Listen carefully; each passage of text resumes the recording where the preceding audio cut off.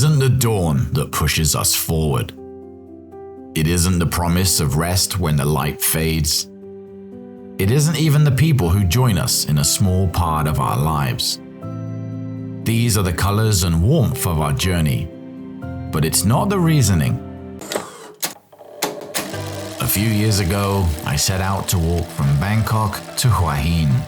I saw the sights, heard the stories, but then my body gave up before the road did. Still, I returned home a different person. Everything seemed smaller now, or maybe I'd just grown too big. I didn't realize that finding this new world would cost me my old one, but I was glad of it. So now I find myself at a train station in Bangkok to settle that score, to taste the soul of Thailand, and to find the version of myself I left behind. And I'm inviting you all to join me for 5 marathons, 4 days, and 1 journey of redemption. Welcome to the way back. The steps are small, but the consequences are not.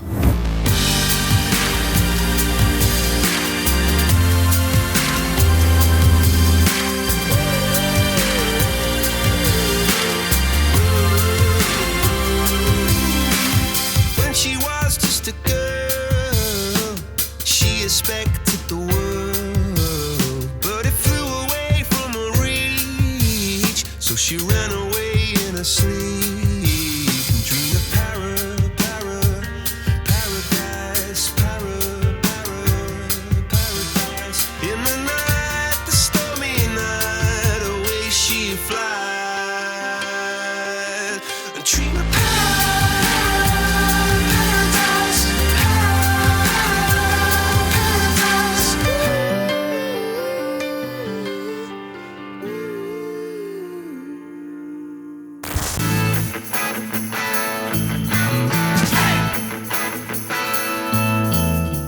Good morning, everyone, and welcome to attempt 2 at the hardest challenge I've ever taken on.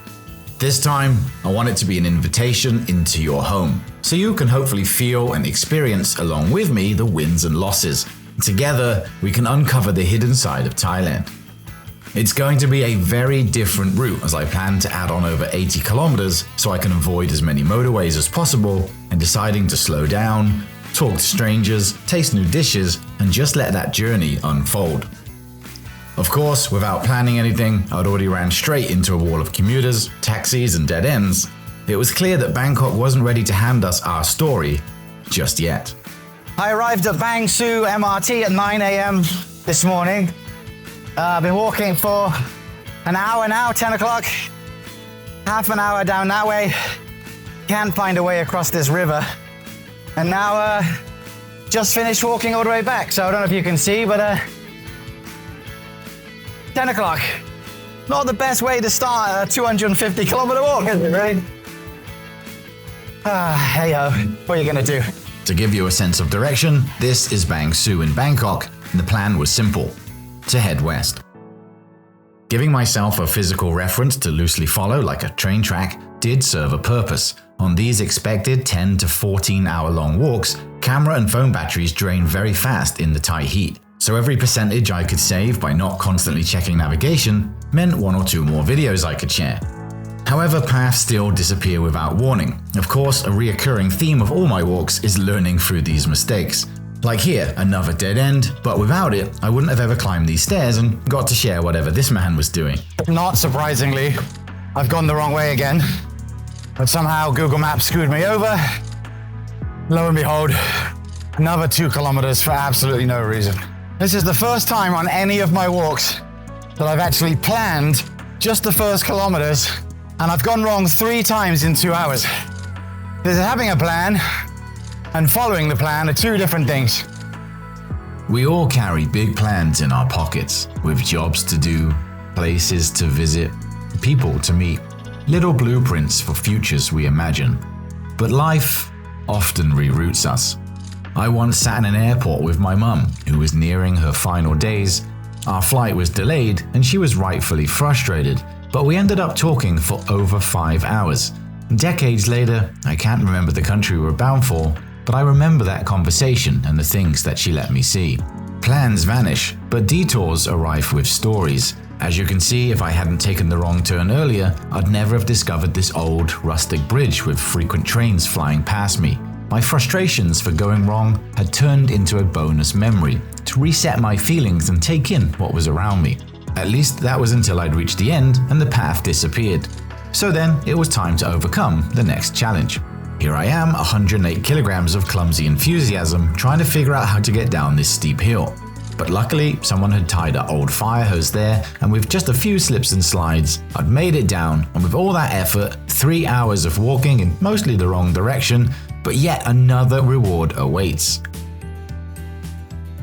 Tourists often frequent Thailand searching for Michelin restaurants, Instagram-worthy Talat Noi coffee shops, or just pad thai, all seeking that small taste of whatever they love. For me, finding this very local street food stall where I could join some hard-working Thai people under a secret highway bridge was truly a unique experience. A nice person had even got me some chopsticks after I'd sat down. The seats were small, the heat unbearable, and yet a delicious meal, an authentic experience, and a small feeling of acceptance. Now full, the path once again dispersed, and a short 10-minute wait for a window to safely cross. In front of us now lay a small Thai town, promising a quieter lane that skirts parallel to the highway. The town unfolded slowly. Stray dogs dozed, laughter spilled from open doors, and the air was thick with the scent of street food. Under the relentless sun, hot aromas gave way to something cold. A cluster of vendors offering bright scoops of flavor labeled with a strange alien scribble. I'm assuming Thai. So I pointed to my favorite color and added some peanuts for energy. And upon looking up, we find a small shaded area to become our next sanctuary. However, yes, it's important to learn the language of the country that you live in. It's bloody Dorian, isn't it?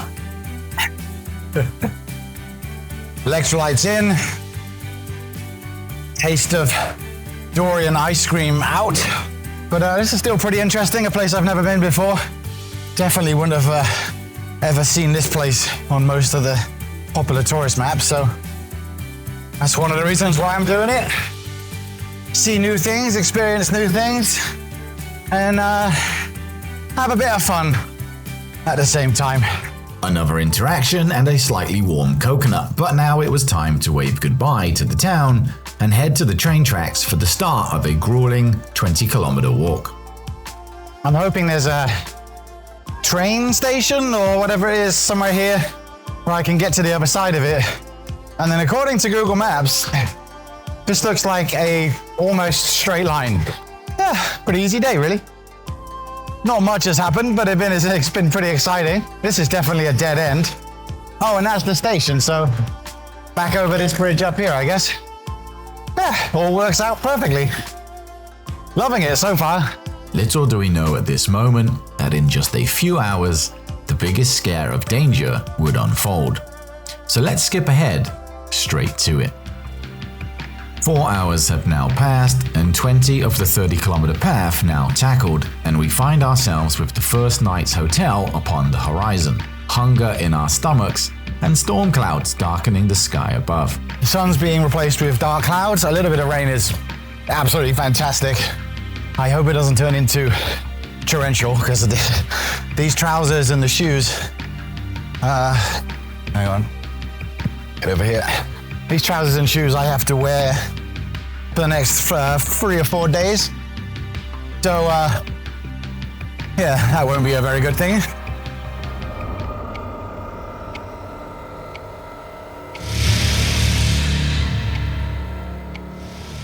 With risk all around us, lightning, traffic, and electric cables, it's always good to walk through life with both eyes open. However, sometimes danger is just out of our control, as what would appear next could have ended the walk, or maybe more, right there and then. With warm sausage snacks on board, next was to find some carbs. Pushing out onto the highway and passing a few more street stores, we stumble upon this ingenious purple rice cooked over coal inside these bamboo shoots. However, walking to the side of the shop to film some more cinematic footage, we hadn't noticed something. A large dog that was now running at full speed towards us. I'm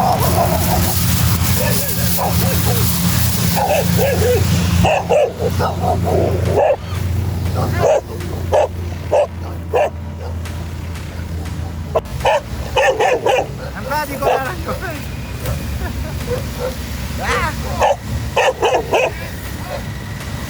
That dog would have absolutely 100% bit me several times if it didn't have a muzzle on his face, which obviously the owners know, stick a muzzle on his face. I've never had a dog even anywhere near close enough like that, and he hit me with his head on my legs like 6 times. Oh my God, thank God. I'm at my hotel. It's literally right here. Well, that would have been a hell of an ending for a day to get bit. Oh God, my nerves are shot completely. How do I get in here? Sorry, Cap.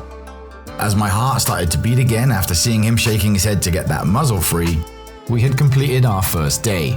And with some rest also comes salad, sausages, rice, and, well, no one likes salad.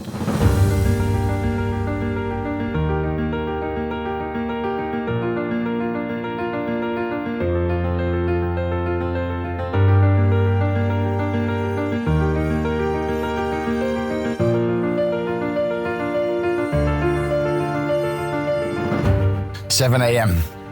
15,000 steps. Happy with that? Sorry, Cap. I got in bed last night. I think it was about 8:30, and at 2:30 a.m. I was still awake. So at 4 o'clock I decided to just start walking, because today is a good 65 kilometers.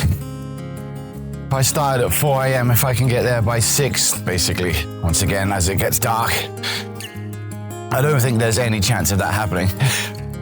A little bit worried about that dog yesterday. I guess if a dog's gonna bite you, what can you do?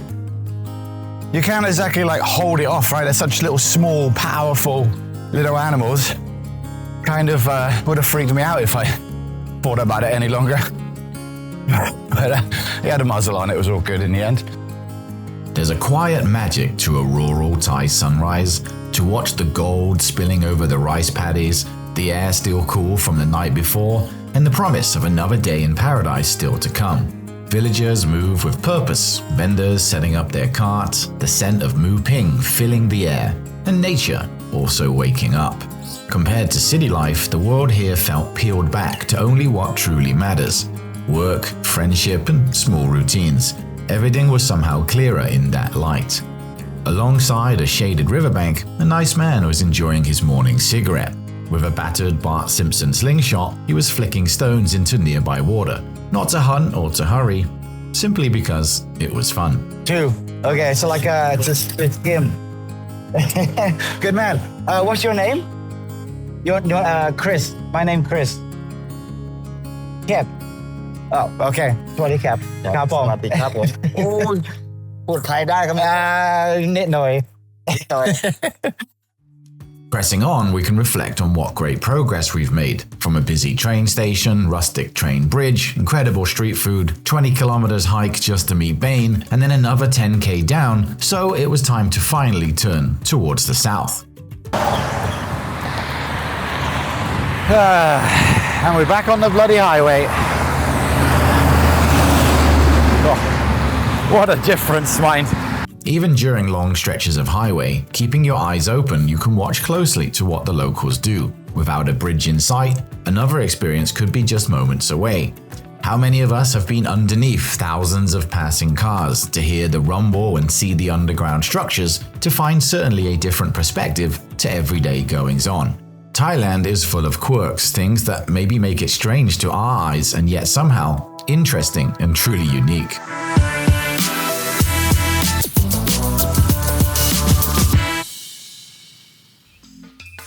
After a sweet taste of sugar, a small Thai street food stall finds us, just outside a popular shopping mall.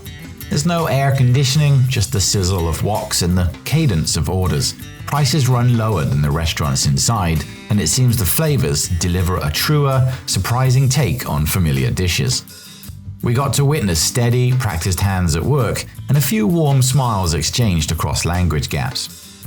Choosing stalls like this felt like a quiet act of support for local labor, at least once again an invitation to try something new. So we're coming up to 10 o'clock.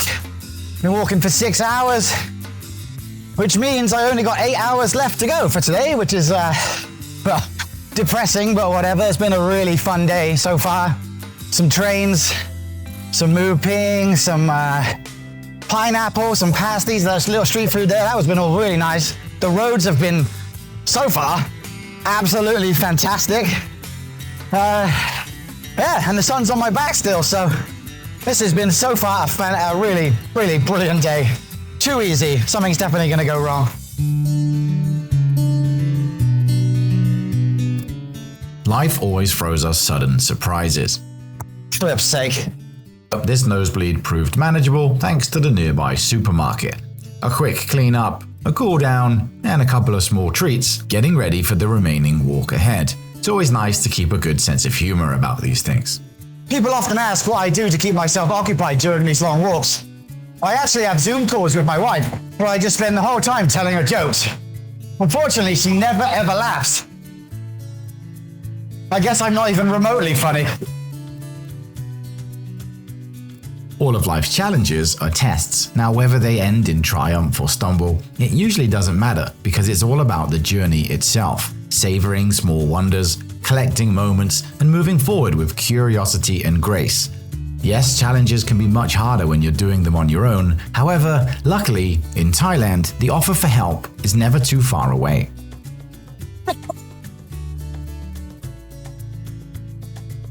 Hello?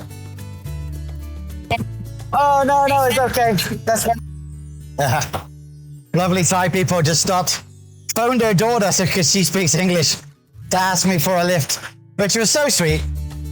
Jesus, the shit on the floor here is huge. I don't think I quite captured him, but it was a guy on a motorbike with a number 10 on his back. And I had stopped to put on some suntan lotion. Without saying a word, he just pulls up alongside me and offers me a bottle of water. I refused, of course, because I got a couple of bottles and I don't want to take anything off of anybody. Anyway, some good news is I've turned off the bloody highway because there's not a lot to see. The last 20 kilometers is just same old, and try going down some of these little back streets for the next 5 hours. Well, that's a cow, but it's... Try and take a video of this cow. It's an anorexic cow, perhaps. Another guy stopped to ask me for a lift.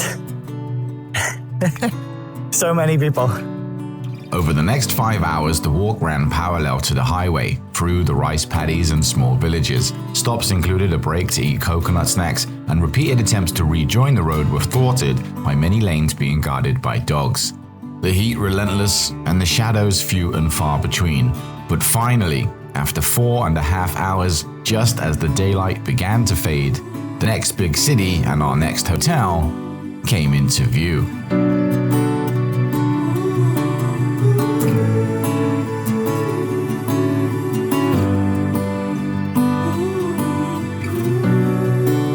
There's definitely some sort of party going on up here.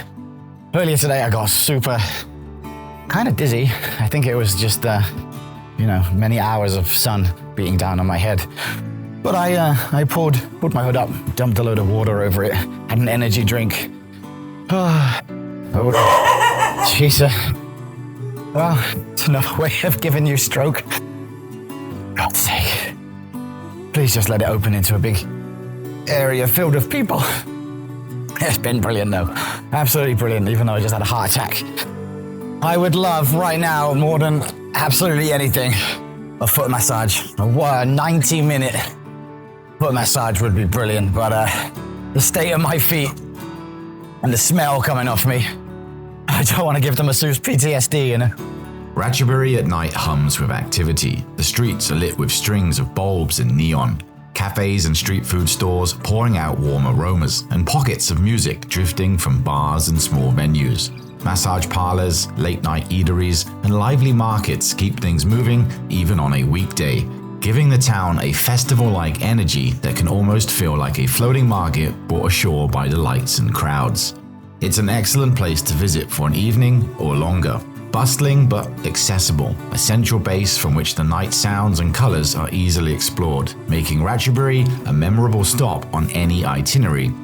Unless you've walked for 16 hours to get there, then of course you would only have one thing on your mind. Head into your hotel, remove that heavy weight from your back, and head back out to feed some cats. Congratulations, legends, because we have made it to the end of the second mammoth day.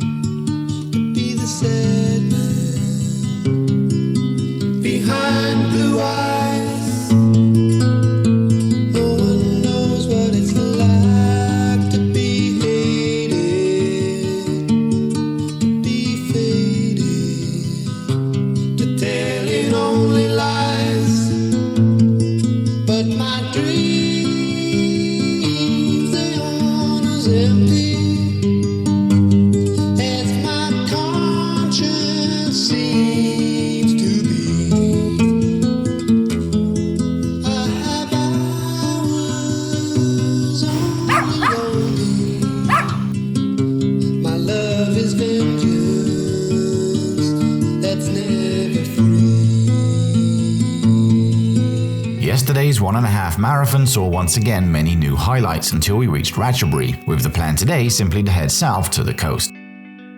So, good morning. Where the hell am I going today? Due south, I believe. Just about a 9-hour, pretty easy, pretty brisk 9-hour walk to the south, to the coast. I should be, 20 kilometers north of Chan Am Beach. I think, I don't know. I found this really cool place last night, which is just 48 kilometers away. It looks like a tent. Hold with me. It looks like a tent on a sort of rickety old wooden pier with, I don't know if there's a toilet, obviously, probably not in a tent, aircon, a shower. I probably should have thought these things through, you know? Then again, I was in my place last night had my own, obviously, private bathroom and shower. Tried to go in there this morning and I could see 3 of the world's biggest King Kong cockroaches ever. And therefore, I didn't go to the toilet yet. After walking 24 of the past 48 hours on barely a few hours sleep, the body slips into a kind of shock whilst the mind begins to wonder about the massive, daunting challenge ahead. But big goals are only collections of tiny, deliberate acts. By simply breaking tasks into smaller, achievable parts, anything can be done. So rehearse just one interview answer at a time for that incredible job. Lose just 1 kilogram this week and do the same the next. And instead of focusing on the overwhelming summit that needs climbing, and to quote a cliche, simply put just 1 foot in front of the other. Because progress of all things in life are built by repeating manageable bits until the momentum forms. All that, and I didn't even need to cross over the bridge. It's a dead end, that's it. Don't forget to subscribe. Actually, it's not worth subscribing to. 7:30 in the morning, walking down the highway, eating a pink and green candy floss sugar pancake thing. Doesn't get much better than that, does it really? Oh.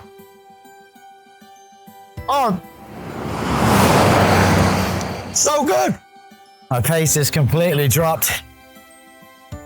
But I need to cross over this motorway and then head completely off it through some back lanes and back streets and hopefully, with a bit of luck, get towards, dare I say, the sea?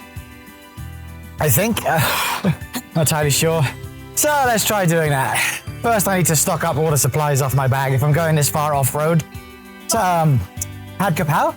Ah, okay, sure. Just one, please. No back, I'll eat now. Yeah, 3 as well, yeah. Yeah, sure. Yeah, spicy. After stocking up and sitting down with one of my favorite Thai dishes, the spicy-ish pad kapow, a brilliant lady who was cleaning the service station came over to say hello, and we ventured back onto the motorway to tackle the trucks and, more importantly, the now 36-degree windless heat. Deliberately covering up and soaking clothes is not just a sunscreen substitute. Those damp layers can help shield skin and reduce the risk of heat exhaustion by promoting evaporative cooling. It's too hot for this. Confident in those precautions, we finally found a safe place to cross and headed deep into the countryside. Little did we suspect that despite our best efforts battling the sun, it wouldn't actually be enough. But that's a problem for later on. I forgot I had my mask on. I think I just waterboarded myself. Actually been kind of worried about coming down here as if it's like middle of nowhere, rural, won't be able to find any water, thousands of dogs. But as there's some trucks going down the road, it's actually a really good sign. Because if trucks can get down there, there's got to be a reason why they're coming down here. So common sense would dictate that this way, it might be okay. For the following 5 hours, I wandered through the Thai countryside, with every second compounding the heat upon my head. Little did I know making this next montage would cause such a big impact to my night and my health. But anyway, enjoy. This is how it ends. Let's just not pretend that I've always walked this path alone. You will never see the likes of me again. After all, we were two monsters dead set. Been walking in the sun for 3 hours. I ran out of water about an hour ago, and even that last bit, I just tipped it on my head. Within 5 minutes, it dried out. It's bone dry now. It's just barren around here. There's nothing, just trucks going past me. People are stopping, but there's no way I can actually ask for water. I wouldn't anyway. I'd rather die than ask for water. But this is certainly the hardest part I've done. The sun is just smashing me. I'm sure my hands are burnt. It's just a whole lot of nothing. And I'm not even halfway. It's just somewhat depressing. But and the good news is I'm about halfway. So that's nice. Just give me a 7-Eleven, Lord. Lord, I ask thee. Whoa, all right. Try not to close your eyes and walk, Chris. A mere 1 hour down the road, and thankfully, someone had answered our prayers. Or, at the very least, pure coincidence. But we had found a beautiful restaurant, a picture-perfect moment of tranquility to rest and recharge. Honestly, it couldn't have come any sooner. Alas, once again, in our moment of need, Thailand finds a way. I can't read what the menu says to ask for any food, so I'll just drink sugar, more sugar, plenty of water, just enjoy the sights. Oh, exactly what I needed. Absolutely brilliant. Khop kun krab. Thank you. Very, very beautiful. Thank you.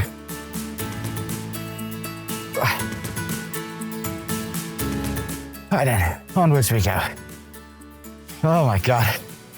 I needed that so badly. Ask and thou shalt receive. 18-year-old Ukrainian fitness model? No. Son of a bitch. Something for me, something for the cats. Obviously, I just had a Red Bull and then a full fat Coke.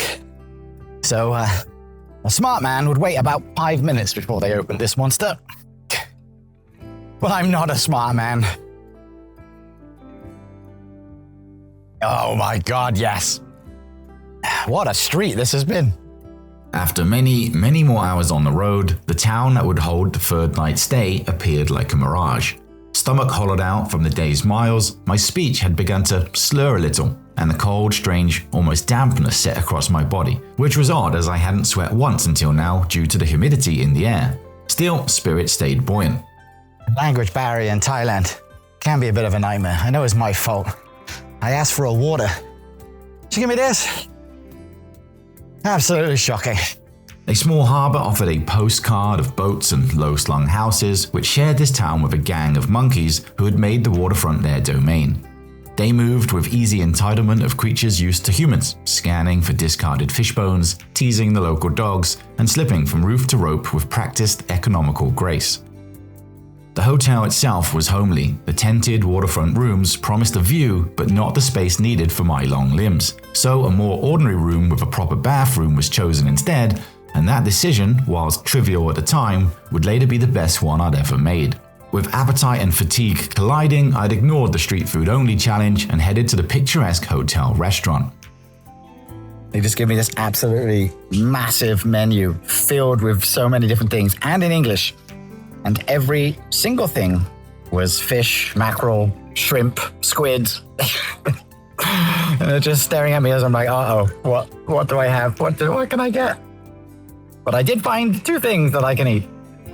2 plates of chips and a can of Leo had stretched those peaceful minutes, a brief reprieve to relax and survey the 3 days' accomplishments. Comfort, however, is a brittle thing on the road. The calm following that small meal held only as long as the light, and then the first unmistakable sign that something was pretty seriously wrong had crept in. The night ahead promised to ruin not only the triumphs of the day, but potentially the remainder of the journey. It's like 10 to 2 in the morning, and I am shattered. I get those chips, and as I was walking back to this room, started feeling a bit dizzy, and then I was like, I don't know, cold. I was like, yeah, I just felt cold, which was very weird. And then, for the past 4 or 5 hours, I've just been being sick, just dry heaving mostly because I don't have that much food. If I have any chance of doing this walk tomorrow, I need to get up in 4 hours. So I'm really worried what's going to happen. I can't get this far and quit again, but equally, it just hurts to move. Hey ho, stop boring you.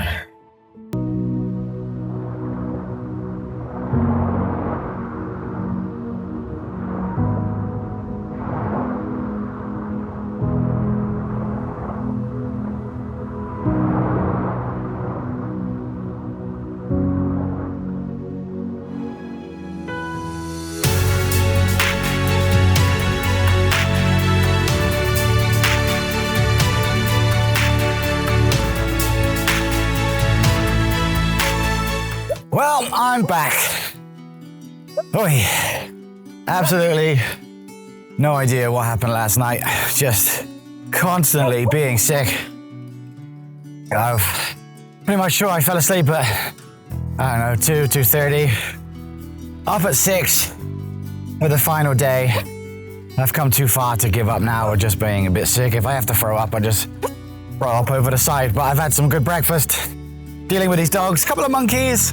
I'm more worried about the dogs running into traffic than I am biting me.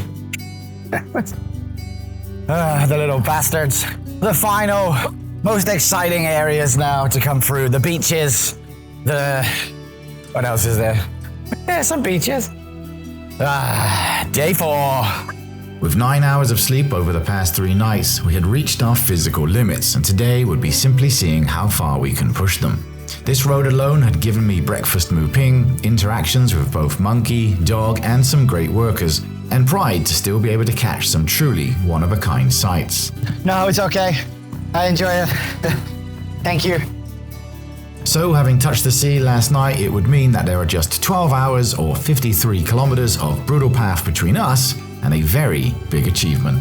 As luck would have it, the day unfolded into one of the most beautiful of the entire journey. Rare sights that few outsiders ever glimpse, and gentle, curious kindness from locals who accepted a lone walker through their land. What's your name? My name is Un. Nice to meet you. My name's Chris. Everybody ask me for help. I'm good. I'm very good. I very much appreciate you. Thank you. Have a good day. There was never a sense of danger. Instead, brief exchanges become quiet fuel, nudging the steps forward with a renewed purpose. A short hour further up the road, we get to witness a sea salt learning center where simple white mounds glint in the morning sunrise. This particular center demonstrates traditional sea salt harvesting, which is seawater channeled into shallow ponds with the sun and wind coaxing crystals to form. Then they carefully rake and dry by hand. It's clearly a bit of a spectacle. Salt here underpins the local economy, teaches sustainable practices, all whilst preserving knowledge that was passed down through generations. A somewhat unusual but incredible thing to have learned about. Our second breakfast was now calling, and what better way than a super traditional misshapen donut and lovingly made sugar-free coffee to keep us going until at least we find the next 7-Eleven. Wow. That is the most sugar, non-sugar coffee I've ever had. Nice though. To be fair, I think I've earned it. Surprisingly, I feel kind of fine, to be honest, I'm not gonna lie. And I'm on that, you know when your iPhone battery has 1% left, but that 1% seems to last longer than the vast majority of the rest of the battery? I've been walking on fumes for 2 days, just continuously. I got to my worst point ever, and then hasn't really changed since. Been great. Hello. My name's Chris. Chris?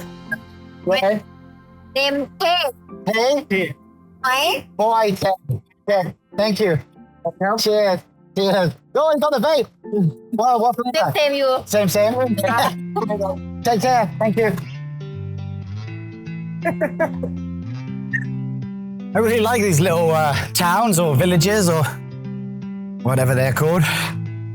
Always a place to go to the toilet, restock up with bottles of water. Too many coffees, of course. Super friendly people all calling me Farang continuously, which I've timed out from that many years ago. I'd love to just be sat in England going, oh, look, a French person. But I'm pretty sure 99% of it is all friendly. You know, they just say Farang is insane. That's kind of an unusual thing. We don't usually get many 6'3" idiots walking through. A lot of them asking me where I'm going, and I say, Hua Hin, which they don't understand because I'm assuming I'm saying Hua Hin wrong. This particular street was humming with wildlife and people absorbed in an honest day's work. Life felt full here in its small, steady ways. It's okay. My walk added absolutely nothing essential, so I could never have any reason to complain about anything. In fact, people often complain to me about how bad my jokes are. But full disclosure here, I'd had 4 coffees so far this morning. People often ask me what I used to do before I moved to Thailand. Well, actually, I was a theatre set designer till I got fired. But I left without making a scene.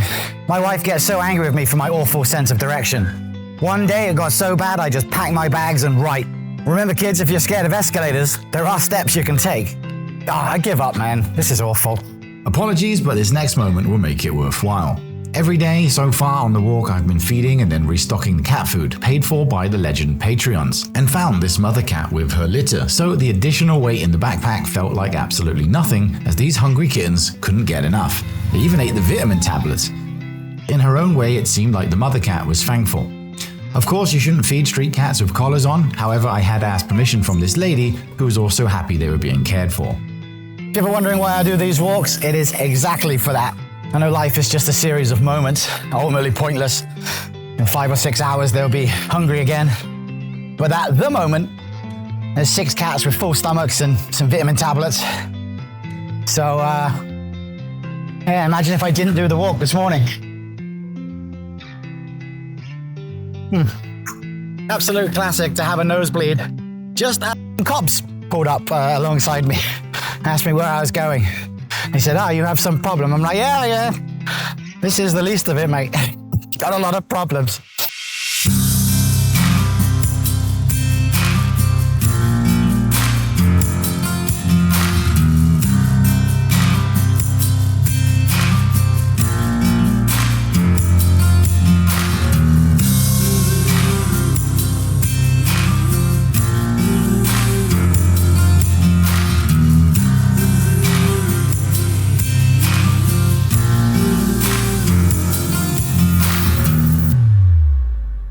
So far, we had covered 200 kilometers in 4 days, and now there was only about 10 kilometers left. I'd skipped the 3 hours of walking through Phetchaburi. It was an ordinary city that I only skirted around the edges anyway.